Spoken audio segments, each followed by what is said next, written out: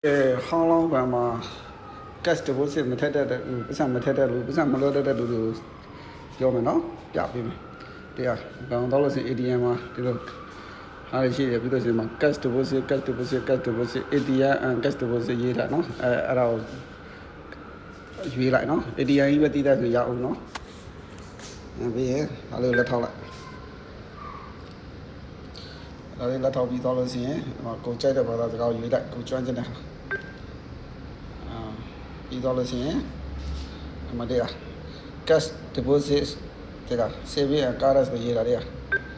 တော့ရွေးပြီးရင်ကိုထည့်ရမယ့်ဘဏ်အကောင့်နံပါတ်ထည့်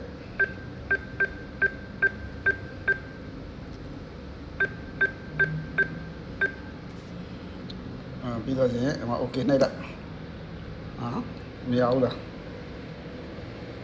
ဒီကမရဘူးမရလို့ဆိုရင်အဲ့လိုမျိုးပေါ့နော်အဲ့တော့နောက်တစ်ခုပြောင်းလိုက်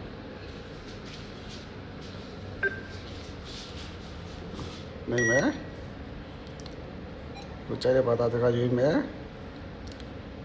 ပြီးရင်ရွေးမယ်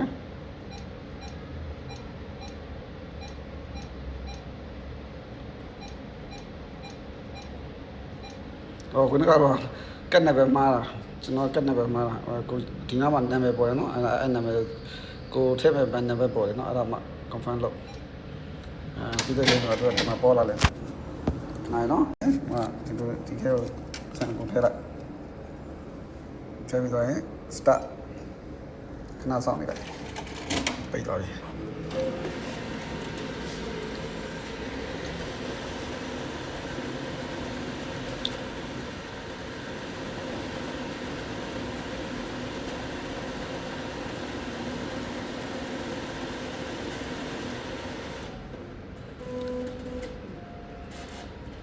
ပတ်စံကောင်းရင်တော့အကုန်လုံးဝင်တယ်မကောင်းလို့ဆိုရင်မကောင်းတဲ့ခါပြန်ထွက်တယ်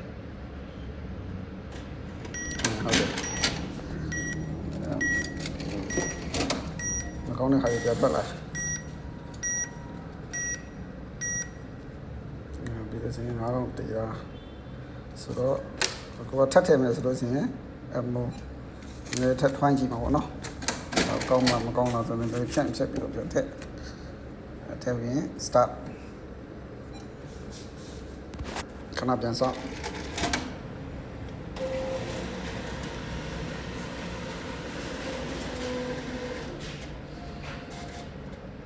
မကောင်းဆိုပြန်ထွက်လာလို့မကောင်းလို့ပြန်ထွက်လာဘယ်နှကအော်တရက်တော့ပါတော့တော့ထပ်မထည့်တော့အဲ့ဒါဆိုရင်အကုန်လုံး9200ကိုထည့်ချင်တဲ့လောက်ထည့်ပြီးတော့ဆိုရင် confirm ဆိုတာလေးနေတယ်ခဏဆောက်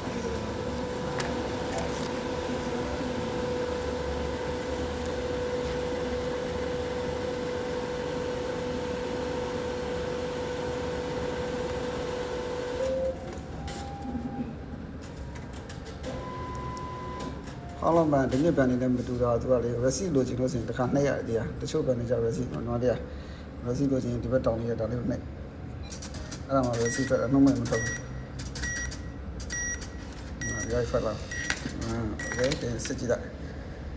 โอเคကျေးဇူးများတင်ပါတယ်